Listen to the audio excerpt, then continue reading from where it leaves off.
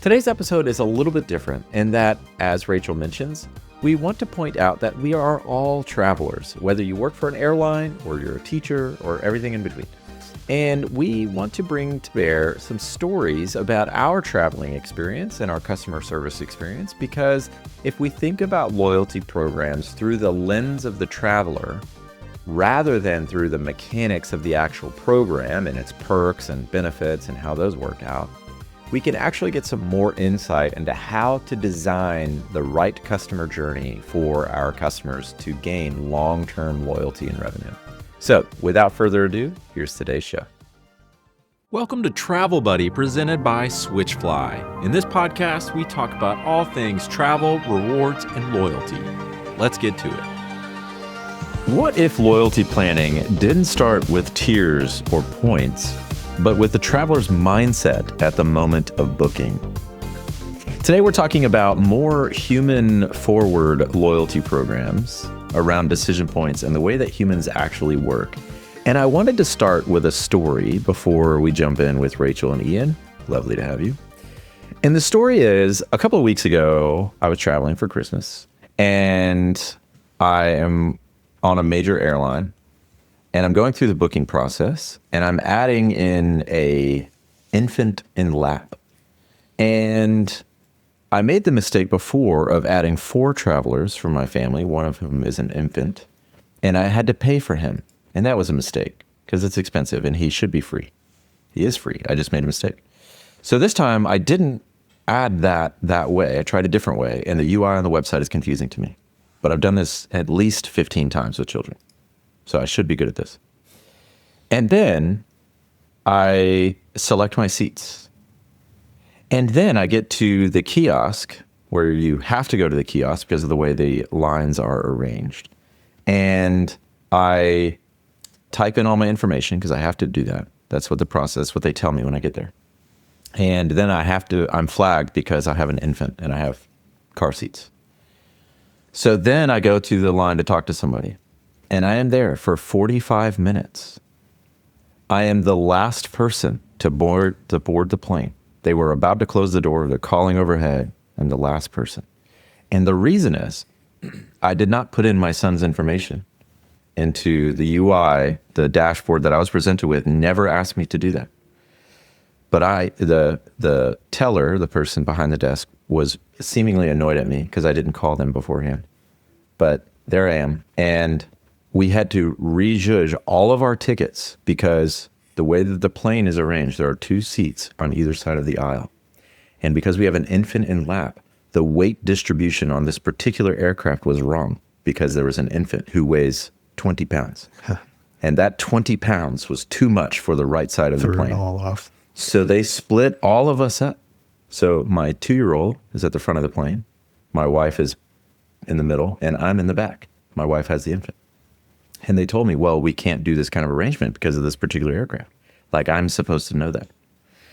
So we go through this whole rigmarole. And I came to a decision about my future travel. And the decision is, I'm going to buy a private jet because I don't want to deal with any of that anymore.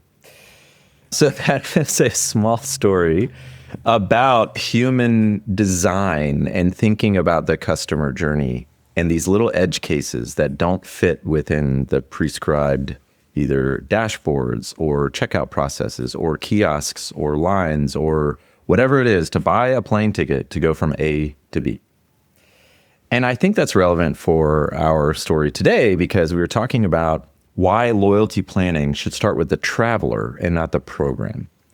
Because often when we're designing these kinds of things, we think about the mechanics of the program and not through the lens of the traveler. And those should be flipped. Granted, this is very hard to do sometimes for certain companies. There's a lot of people involved. There's huge amounts of decisions that must be made. But we're opening up the conversation to talk about what would it look like if we led with the customer, the traveler first, rather than the program first. So with that, amuse-bouche, Rachel, I'm going to turn it over to you. Talk to us about this topic today. I would love to hear what your thoughts are here. Yeah, before I do that, I have a story of my own that your story spurred. So I recently booked trip to New York, and I'm using points for my ticket, but I didn't have enough points to purchase the other 2 tickets in my party.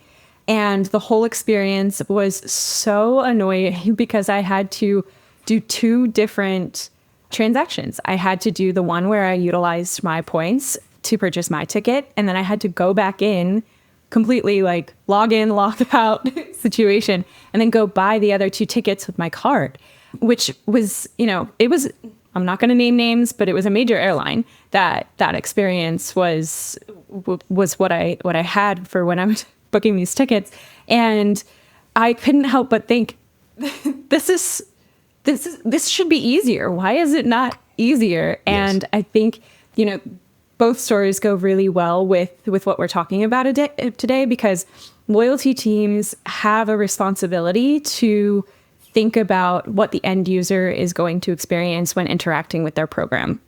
Oftentimes, loyalty teams will start their planning with constraints. What are the points budgets? What are the tier thresholds? What are the redemption rules, etc.? But travelers like you and I, we don't experience loyalty that way. We experience the stress, we experience the anticipation, the urgency, the relief when we finally get on the plane and we're ready to go. So yes. I think both stories kind of showcase the proof point here that we're talking about, which is if you are to start your planning with whatever the intent is, whatever the traveler goal is, whether that be, you are looking to increase some sort of feature usage, why aren't users utilizing that feature? Think about why people aren't going and utilizing certain things. You want to make sure that you're planning with the end goal in mind. And we talked about this a little bit. Ian, you in particular had mentioned it on one of the last podcasts, where you need to think about what you want the end user to be doing, what your end goal is, and then identify the stopgaps that are preventing them from actually doing those things. That's right. One of the things that you had mentioned in your notes is, thinking that human beings, travelers, are much more dynamic than these programs often are. Our stories illustrate that. But then there's a way to reframe this so that we think through the traveler's lens. And there's a couple of things mentioned here, which is trip intent, decision moments, emotional context. Can you talk to me a little bit about that? And then Ian, I want to hear your thoughts as well on that segment. But to talk about what are the ways that we can be thinking about that when we're thinking about designing loyalty programs and figuring out the business mechanics of it, of course, but that maybe there's some pillars to be thinking about this year. Yeah, I mean, I hold that all of us are travelers, right? So think of the experience that you and I both just described. When you are going about the process of making, certain goals or KPIs for your program, or even just introducing new features, etc., I think it is worth taking a beat and just thinking about the experiences that you have with your own travel journeys, and what are the things that you really enjoyed from either your company or another company? What are the things that, were a pain in the butt to utilize? When we think about the traveler intent, we know that their goal is to go on the trip, to have a good time on their trip. How can you enhance that? How can you make sure that they're engaging with the things that will make their trip more memorable for them? That's right. I think so. This topic, it's kind of at a nexus of like several different issues that a lot of organizations have. When we kind of first were spitballing ideas and thinking about this topic, maybe think of the problem that companies have in keeping their teams aligned, as far as like often marketing can be pretty disconnected from the product team versus what the sales team's doing versus, what operations are doing. And getting those teams aligned is essential, right, for just sort of a healthy organization. It might be useful for marketing to know what the product roadmap looks like, right? So they have some idea of the messaging.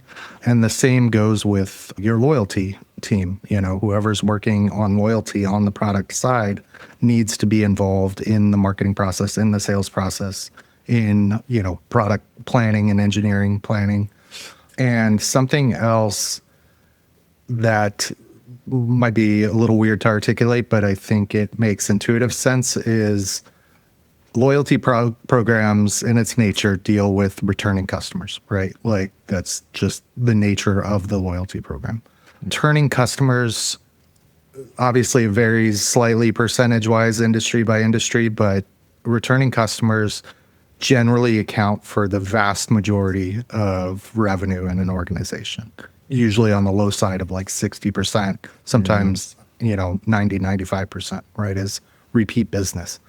Yet so much, especially marketing, but often, sales or other budgets are geared towards new customer acquisition rather than getting and maintaining healthy relationships with returning customers. There's sort of okay, we got them, we're good now. Like you don't need to keep nurturing that along. Loyalty programs are meant to address that in part, right? They're meant to keep that customer engagement, yet just a loyalty program in itself isn't going to do that. The purpose of a loyalty program is to offer special discounts, deals, rewards, whatever to your customer base. So implicit in that is the actual product itself, right? So whether it's booking or the actually going somewhere, the transportation method or hotel or whatever it is, if those are not up to snuff, like it really undercuts the entire point of having a loyalty program, and undercuts that customer retention that is generally so valuable to a customer or to a company. If that is, say, more than 50, say it's 50%, on the low end, 50% of your revenue is repeat business. Why wouldn't you do everything you can to make your customers happy, after that initial purchase? People have shown a key theme of this podcast has been kind of the historical nature of loyalty, of how people generally want to be part of a loyalty program, not necessarily because the program's so great. People, if you buy a product, you like the product, you want to just stick with the product, right? It's just easier. It's human nature. Loyalty programs make that easier, and they help differentiate when the market is as, full as it is with competitors. So it's easier for you just to make a nice user experience from beginning to end for your loyalty program for those repeat customers, especially the ones that value you enough to join your loyalty program. It just makes intuitive sense that you want to put the user and customer experience at the heart of what your loyalty program is. The only reason it's there for, right, is to be a good customer experience. So it's really has to be involved in the product department's plans and operations. It's got to be involved in the marketing. It's got to be involved in sales. Sort of the whole customer journey. Loyalty's got to be a part of it, just so they're getting the best information from the other departments, so they're involved in the planning. If product's getting ready to launch and you're like, wait a second, that might be easy for a new customer, but it kind of is a crappy experience for a returning one. That message needs to be put into the organization so they can make the best decisions. I would argue that cross-functional collaboration is itself a challenge. How do you surface all that knowledge and coordinate? And I mean, that is a challenge, but the best organizations in the world are ones that do that really well. Yeah, absolutely. And I think when you think about reframing through the traveler lens, which is something that, we would definitely recommend, traditional loyalty programs or the planning sequence, they define the tiers, they define the earn and burn rules, they then layer offers on top of that. But that is an assumption that loyalty is rational and predictable. And in 2026, that all of that's out the window. So when you think about the traveler's perspective there, like they're going to compare across platforms instantly because of all of the tools that they have at their fingertips these days. They're going to book closer to departure. We're seeing that with our own data. And they're going to switch brands when brands can't, especially from a repeat visitors or member perspective, if brands can't surface what they're looking for when they're looking for it. And that it drives, real consequences. Like you have a huge disruption in your booking flow. You've got a great rewards catalog, perhaps, but there's no assistance in showcasing how they can redeem those things. It goes unutilized when you don't think about it from the traveler mindset. Yeah, to put meat on that is I'm one datum, of course, but my experience that I had a few weeks ago, I'm like, I don't know if I want to keep booking with this airline. It's like, not that anything was particularly bad. It was just like, I got stuck there it took an hour longer than it really should have. I just didn't like it. I want something that's and easier. To your point of it not being particularly bad, when the marketplace is flooded with competition, not particularly bad is a major differentiator, right? Yeah. Like, and what it is hard to understand as far as from a planning perspective of why companies get this wrong so often is, say we're starting a brand new program from scratch, we have to build not only the nuts and bolts of the loyalty program, but the user interface for where they're booking or, whatever it is. We have to do that anyway, no matter what. Yeah. So you can either do it from the customer perspective and take that into account to begin with, or do it from the program perspective, and then you sort of get what you get on the output. And either way, you have to do basically the same amount of work, right? So it's not any harder to just do it from your customer perspective. Have somebody on the team literally belay a difficult customer, whether it's, they're not technically savvy, whether they're, very picky, whether they need their handheld every step of the way, whatever it is, and just have them role play that role and build the program, including the user interface platform, using, the customer service perspective, whatever it is, have them build it from that direction. You're putting the same amount of work in, and you've already taken all those issues into account. I mean, Brandon, like to your point, to your story, like you're hardly this weird edge case, right? People have lap children all the time. Like it should be part of the game plan to be like, okay, even if it's, 5%, 10% or whatever, that's a lot of people who are going to have a lap child. Like how that question needs to come up at some point. And what that experience is should be taken into account. Yeah, security and engineering teams have what they call a red team. And so they build into the process before they publish something to production that the red team is going to go in and try to break something. They're going to hack it. They're going to try to break it. They're going to overload the system somehow, or So I think having a step in the process where you have somebody try to break it.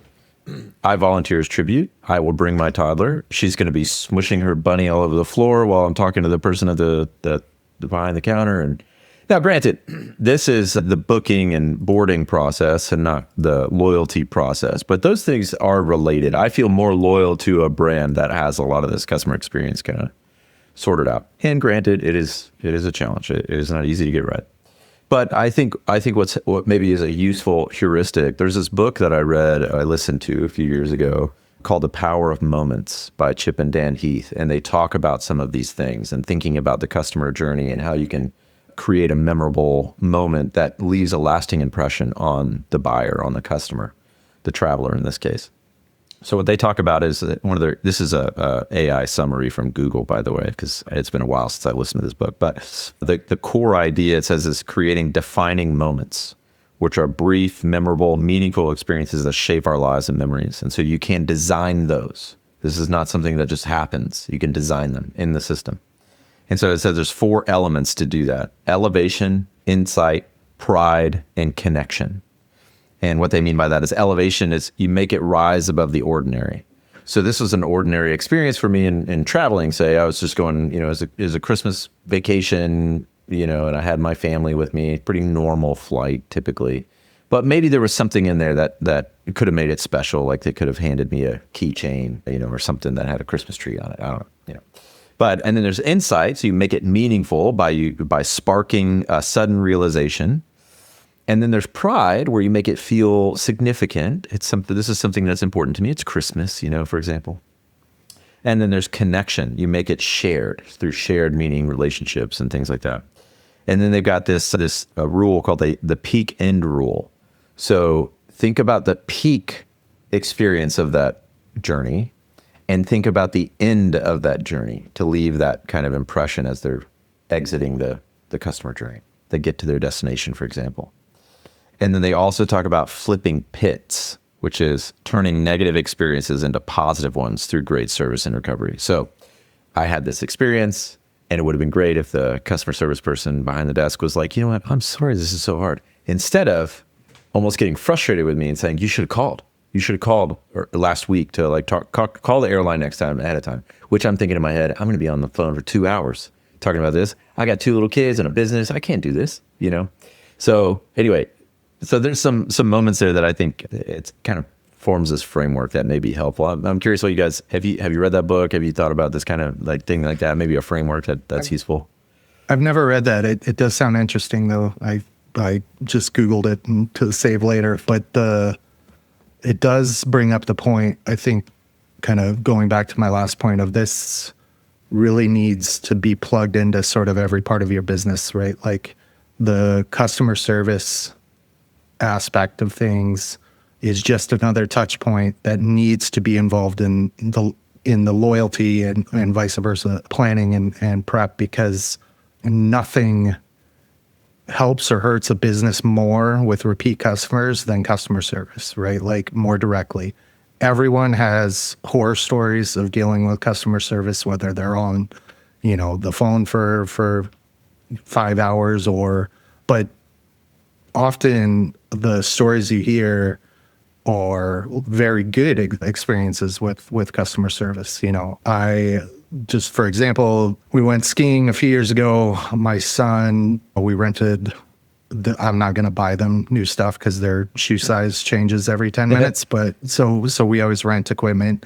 We got up to the mountain and, shame on us for not necessarily checking immediately, but it turns out the place we rented from gave him 2 right boots, like right foot boots. So, I was pissed. The mountain was booked. Like it was really busy. They have the rental place at the mountain, but the line is always crazy. So I never go there. But I called the place that we had rented from, and they were like, just so, we're so sorry. They're like, give me, 5 minutes. Let me call you right back. They immediately called back. They had called the mountain rental shop and were like, get these people to the front of your line, give them new boots, and then, get them out of there, and like, we'll handle it on the back end kind of thing. They called me back, told me what was going to happen. Like, I will rent from them every single time we go there for the rest of my life, right? Like, just that one experience and we'd rented from them before, like, and I'd never had a bad experience to begin with, but like, just the way you take care of problems, you just created like a very loyal customer. And I know they're not staying in business because of my business alone, but if I'm just some random nobody and they're treating me, that well, when mistakes happen, like I get it, mistakes happen. And I think most people understand that, I don't think they intentionally tried to screw us over there, but mistake happened. They jumped on it and fixed it immediately. you've created an extremely loyal customer. And if you do that enough times, your business is fine and healthy. Yes. Right. Yeah. Yes. I think your example is really speaking to the fact that loyalty drivers are emotional first and economic second. They said to you, we'll handle it on the back end. It doesn't matter. Get them to the front of the line so that they can have a better experience and get out of the way. Like, it truly is, loyalty drivers are emotional first and economic second. And programs often, to your earlier point, programs often optimize for lifetime value, for customer lifetime value, whereas travelers and customers in general optimize for this moment, this trip, not 10 trips ago, not 10 trips from now. It's this trip that matters to them. So Brandon, to your point regarding, mapping some moments that matter, that's the first step that any program should do in trying to reframe for the traveler lens. What are the moments that matter most to our members, to our travelers? What are the points where there's high emotion, high friction, high consequence? These moments are often outside of traditional loyalty dashboards. Yeah, that's right. That's right. It really is. It's not thinking about perks and points. It's thinking about the real human being that is experiencing this journey, going through this process. And again, having a red team, having a secret shopper, having somebody go in and do this, get feedback, customer feedback through, obviously like standard forms and phone calls and things like that. But customer service is a huge component of that. Huge component of that. And I love Ian's, your story in that. Even if you don't have a brick and mortar for this, for your program, you can still find the gaps in behavioral data and in service data. And you can find those moments that matter in the data that your program is typically collecting, as well as on the ground moments. That's right. And I have a bet. I would be willing to bet, and I'll caveat this by saying this is a privileged thing to say, and I'm at this point in my life where I want this. Not everybody is. But I would be willing to pay more for a better experience across the board, whether it's a coffee shop down the street, it's a software tool, or it's a loyalty program or an airline ticket or a hotel or whatever. I would be willing, add 20% to it, 30%. But I want it to be a delight to go and do my life. I was reading this thing the other day that somebody was like, they were talking about an immigrant that they were trying to help them do some things related to work and life and some things. And this immigrant was saying, I feel like you have to have a PhD to get anything done in America. And I was like, no kidding. It does feel like that so often, whether it's scheduling a doctor's appointment or whatever. It's like, there's 5 phone calls, 10 forms, a legal waiver. I had to sign a legal waiver at a restaurant the other day because they had a play place for the kids. And I literally had to sit there. And it was like a 10, 15-page legal document. And I had to sign it before they would let me do anything in the restaurant. It's a restaurant. Just like everyone is a litigation expert, right? Personal injury expert. Yeah. So that's a unique thing to America. But the point is, I'm willing to pay the money to make this easy. And I'm not alone in that, I think. No, I think most people, otherwise Frontier and Spirit would dominate the market, right? Yes. Right. They're not to call anyone out. They're there's very good places for budget options for, of course, travel, for everything. But the majority of people have an expectation of customer service. If your business model is discount, well, I understand I'm going to be getting less of a customer experience. But if you're kind of in that, whatever your sort of tier level is as an organization with your competitors, there is an expectation of customer service. And I think you're exactly right. I think most people are willing to spend a little bit more to know that they're going to have a better customer experience. And I don't even think it necessarily needs to be that much better, right? Yeah. It's just, I know it's going to be, I know if I go to a different rental place, the next time we go skiing, it's probably going to be about the same. I know that if there's a problem, the other company, they might not handle it as well, but they'll handle it, out somewhere. But just because I have a certain expectation now, right? That business is going to get my patronage, right? So That's right. I think you're exactly right. That's right. Well, as we kind of wrap up this discussion, we went on a few little tangents there. My doing, apologies. What do you guys, any kind of takeaways or anything to leave some of these leaders with that are thinking about their loyalty programs this year, thinking about designing, thinking about their overall business, especially in the travel space, but any other kind of closing thoughts or final words? I mean, I think, we're at the start of the year.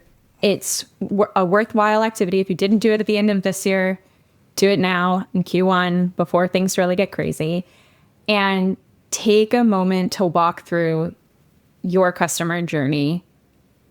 Highlight the moments that are those high emotion moments for your users, and showcase how you react to them in any given moment at any given stage, whether that's pre-trip, in the middle of it, post-trip, however, those moments show up. And then, take note that creating moments that matter doesn't mean that you need to offer more discounts. It Yes. doesn't mean that you need to reward certain things. And sometimes it does show up as customer service. Ian and I, a while ago, read a book called The Cult of the Customer that goes into all of the different experiences a customer can go into when interacting with your business, when interacting with the individuals who represent your business. And I think making sure that those touch points are mapped out alongside the high emotion moments, it will be really worthwhile in identifying where your loyalty program can kind of step in to enhance the experience. That's right. That's right. Yeah, I think it's more of a mindset than a major shift or a major reorganization. Maybe that's the way to think about it. Is we're going to have to build a product and a user interface and payment platform and everything else anyway. We got to do all this stuff anyway. How do we do it? Like, how do we look at building it? So it's not necessarily changing operations significantly, just how do we go about planning? And if you can start with the customer and think about them sort of every step of the way, that really helps out on the back end of that process. And it helps across the board. And then just my point earlier of get everyone involved, having a working team of people who meet once every other week, once a month, whatever, have a working team from various departments who, even if all they do is sit around and BS and talk about what their department's doing, like, that's a value add. Just keep everybody in the loop of what's going on, and that helps across the departments. You'll never know. I remember when I first started at Switchfly, reaching out to one of our product teams, this was years ago, but just sort of like we were talking about something else and they just kind of casually threw out a new feature that had been added to the platform that I had no idea existed. And I was like, that's incredible. Like, I want to write 4 blog posts and put out some ads and everything about this specific thing. Please tell me the more time, next time you have other things like that, and so often teams are so disconnected that they don't know what's going on, and think of your loyalty team as one of the teams that need to be involved. That's right. Yeah, that's great advice.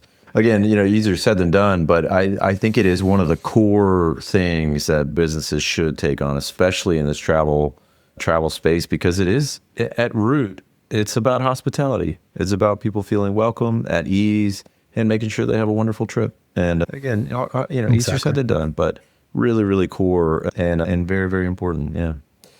Rachel, Ian, thank you so much for your time. Thank you for this topic. I think it's fascinating, and I hope that the stories we've been telling will inspire folks to to think about those high moments for customers as they're going through their journey, and it can really make a difference.